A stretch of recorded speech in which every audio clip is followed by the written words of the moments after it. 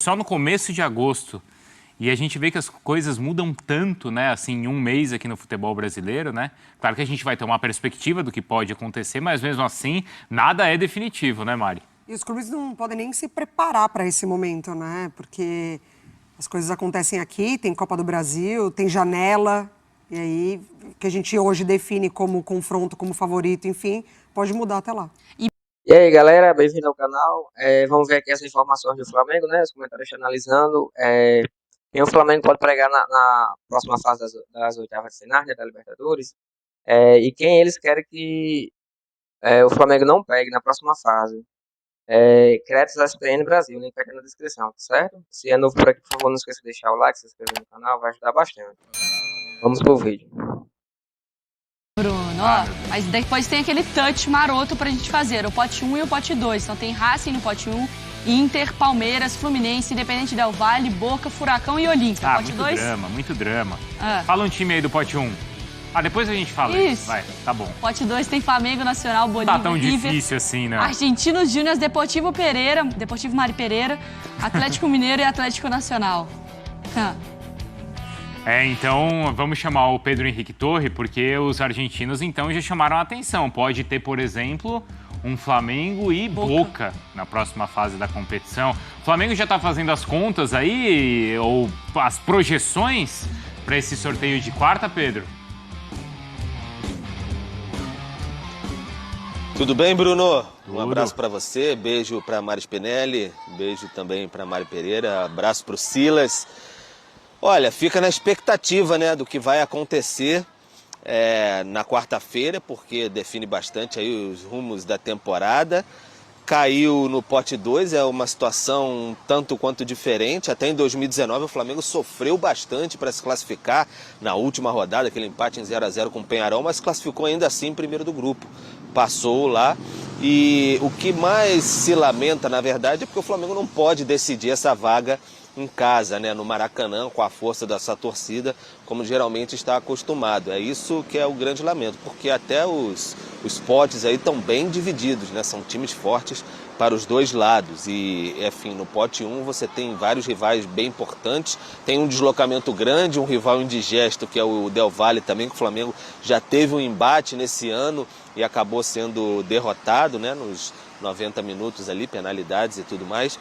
Mas fica essa conta aí, o Flamengo que teve um desempenho bem abaixo nesse início de Libertadores, começou estreando fora, não perdia há 9 anos em estreia, perdeu também uma invencibilidade de 14 jogos como visitante, não venceu nenhum jogo fora de casa, então uma situação que aumenta mais essa expectativa aí por ter que adiantar logo os trabalhos no Maracanã, para não ter nenhum perigo de colocar, né, essa vaga em risco num confronto fora de casa, que é onde o Flamengo vai decidir. Mas antes, tem Copa do Brasil, tem também, enfim, Campeonato Brasileiro, e o técnico São Paulo vai acumulando reforços aí, aos poucos eles vão chegando. Quem já chegou de fato, foi anunciado, é o Luiz Araújo, atacante, 27 anos.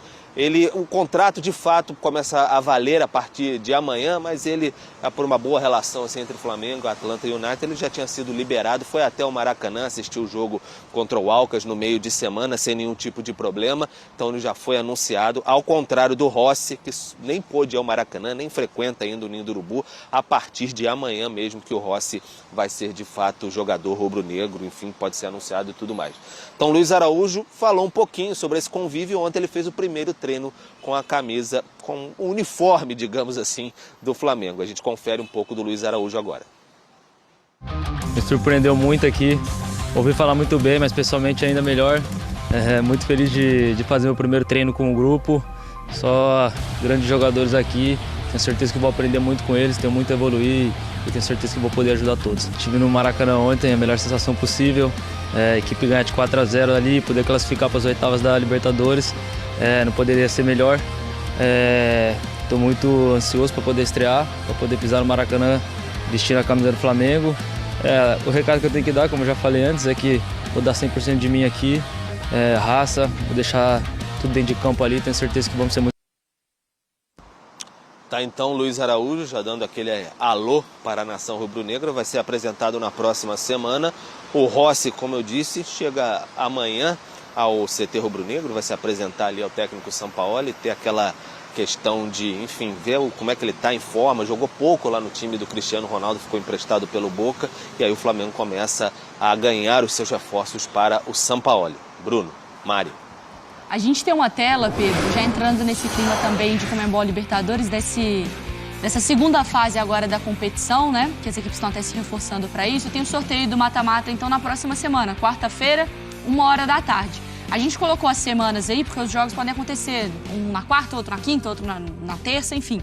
As oitavas de 2, a semana de 2 e 9 de agosto, as semanas. As quartas estão nas semanas de 23, a semana do dia 30 de agosto. As semis, então, 27 de setembro, aquela semana, e 4 de outubro, a mesma semana. E a final, no dia 4 de novembro, no Rio de Janeiro, inclusive. Aí são os jogos de ida, né? As Isso, datas reservadas para ida e semanas. volta. Depois, quando tem os confrontos definidos, eles acabam encaixando. Mas é tanto tempo, né? Porque o sorteio, assim, já vai acontecer agora na quarta. Depois só no começo de agosto. E a gente vê que as coisas mudam tanto, né? Assim, em um mês aqui no futebol brasileiro, né? Claro que a gente vai ter uma perspectiva do que pode acontecer, mas mesmo assim, nada é definitivo, né, Mari? E os clubes não podem nem se preparar para esse momento, né? Porque as coisas acontecem aqui, tem Copa do Brasil, tem janela, e aí que a gente hoje define como confronto, como favorito, enfim, pode mudar até lá. E mercado também, né? Porque, querendo ou não, a gente viu, o Pedro trouxe as informações, mostrou aí o Luiz Araújo falando com a camisa do Flamengo, de chegadas e de saídas. Exatamente. Então, hoje, o time que você estuda não necessariamente é o time que você enfrenta. Que patamar o Inter vai estar com o Ener Valencia jogando? Não, e o Duílio fala do Corinthians, na entrevista com a Lili e com o Zupac, e ele fala também que não só o Corinthians, ninguém está preparado para esse tanto de jogos e pelos elencos que tem. Não só elencos, questão de número de jogadores, mas também a questão de lesão, a questão de maratona. E realmente, agora precisa esperar para ver o que vai acontecer, as datas para encaixar. Aqui tem Copa do Brasil, o time que estão jogando, quer dizer, o próprio brasileiro. Então, de novo, né, vai cair naquela situação de que quem está melhor estruturado vai sobreviver melhor. Mas hoje quem está mais estruturado? Hoje é o Palmeiras? Para mim, Para mim o Palmeiras e depois o Flamengo está voltando. Hoje quem é mais certeza? Palmeiras. Palmeiras. Porque o Flamengo, não é, Pedro? Aliás, o Sampaoli mesmo falou na última entrevista, e discutimos muito ontem aqui, está buscando essa regularidade. Será que nessas 3 semanas, e aí com os confrontos, né, entre esses jogos da Copa do Brasil, como é que vai estar essa regularidade rubro-negra? Até isso é interessante, porque quando acontecerem os confrontos do mata-mata da Libertadores, os da Copa do Brasil já vão estar definidos, Pedro. É verdade. E isso impacta, né, Bruno? Sem sombra de dúvidas, isso impacta bastante. Assim, se você vai estar classificado, se você vai ser eliminado, isso impacta na questão mental também, no dia a dia, no ambiente. Como é que isso vai ser levado, a relação com a torcida, Maracanã empurra, Maracanã protesta, como é que isso é levado no dia a dia, até para os jogadores terem mais tranquilidade também para trabalhar e desenvolver o seu futebol. E tem essas questões que vocês abordaram aí também, de entradas e saídas, porque o Flamengo vive ainda esse momento. É um elenco muito farto, mas é um elenco, como a gente sempre fala, que nessa janela do meio do ano entra gente, mas sai gente também. Ontem até a imprensa uruguaia falava que o Varela conversou com o Sampaoli, e a gente confirmou de fato essa informação. Houve uma conversa do Varela com o Sampaoli deixou o Varela à vontade para procurar outro clube, porque ele não está sendo aproveitado, e a prioridade é utilizar o Wesley, e depois o Mateuzinho já está se recuperando. Então há jogadores que podem sair ainda, quem sabe ainda o Rodrigo Caio, situação do Cruzeiro. Então você pode encarar mudanças aí, se chegar uma outra proposta por algum outro jogador do Flamengo ainda. O Flamengo tem condições financeiras de se segurar, estruturar, mas o mercado é agitado, tem de olho nos garotos aí, Matheus França, Vitor Hugo. Então, tudo isso pode modificar peças importantes que o Sampaoli conta, e isso mexe para os confrontos da Libertadores. Né? Hoje a gente tem, Bruno, uma certeza, que é o Palmeiras, certo? A gente tem a certeza de com qual time o Palmeiras vai entrar em campo nas oitavas. Sim. Talvez a única mudança, se o Zé Rafael voltar. Agora, a gente não tem certeza qual vai ser o time do Flamengo no jogo do final de semana. Imagina daqui a um mês. Incógnita, Palmeiras, você tem certeza do que é, pelo menos, você coloca mais a sua mão no fogo pelo que o Palmeiras, mais ou menos, a fase que o Palmeiras vai estar. Eu não coloco a mão no fogo como o Flamengo vai estar, porque eu não sei. Não dá, muito imprevisível. Atlético Mineiro, Faço a menor ideia de como vai ser esse Atlético do Filipão. O Atlético Paranaense. Paranaense, A gente tá? não sabe nem quem vai ser o treinador. O Inter se aproxima pela sequência de bons O Inter resultados. dá indícios. É, exatamente. Mas Ele cê se aproxima garante? pela sequência de bons resultados. É garantia mais hoje do que era. Isso. Aí ele tá, Mas- né? mas a- Fluminense do Fernando Diniz. É. Tenho a mínima ideia. Mas a perspectiva do Flamengo é boa. Muito. Para mim, muito. Principalmente com essa volta do Bruno Henrique. É? Bruno Henrique, para mim, é um jogador que ele faz o que o Cebolinha está fazendo muito bem na beirada, mas ele faz o 9 também. O jogo aéreo do Bruno Henrique ajuda muito o Flamengo. Então, você tem o Bruno Henrique, você tem o Pedro. Aí você tem o Gabigol, você tem o Arrascaeta que está voltando no seu melhor momento e tal. E a garotada que está ali tomando conta. Assim, para mim, o Flamengo vai chegar forte. O Vitor Hugo, né? A gente falou muito sobre Justamente. isso ontem, né? Também de como tem sido importante. Ontem, agora o Luiz Araújo. Você gosta do Luiz Araújo? Muito, muito, muito, muito. E fica cada vez mais, confirmada a besteira que eles fizeram em liberar o Rodinei, o avião. Que tá Porque até agora trouxeram e olha aí, ó, se ele tivesse nesse Flamengo aí, era mais uma força, né? Além do Ayrton Lucas do lado de lá, Felipe Luiz que voltou, né? Que está ali voltando a reintegrar o grupo, digo, dentro do campo, Sim. porque não estava figurando muito. Mas essa garotada que o Pedro falou, um melhor que o outro. Verdade. Um melhor que o outro. Ô Pedro, mas o torcedor do Flamengo, ou pelo menos do que você conversa, eu acho que até internamente dentro do Flamengo, eles também estão tentando entender como vai ser essa sequência, né? Porque viveu um momento de esperança, de grandes atuações, depois abaixou um pouco, aí expectativa de data FIFA, aí pancada para o Red Bull Bragantino, aí uma grande vitória na Libertadores e fica nesse opa, eu ainda não tenho certeza de muita coisa.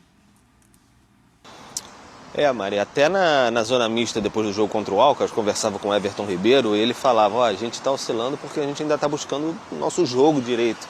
Então isso acontece, por isso a gente está oscilando. Tem um trabalho do São Paulo que está sendo bem desenvolvido e aí a gente está oscilando bastante ainda, mas estamos melhorando, estamos evoluindo. Então é um entendimento nesse sentido aí.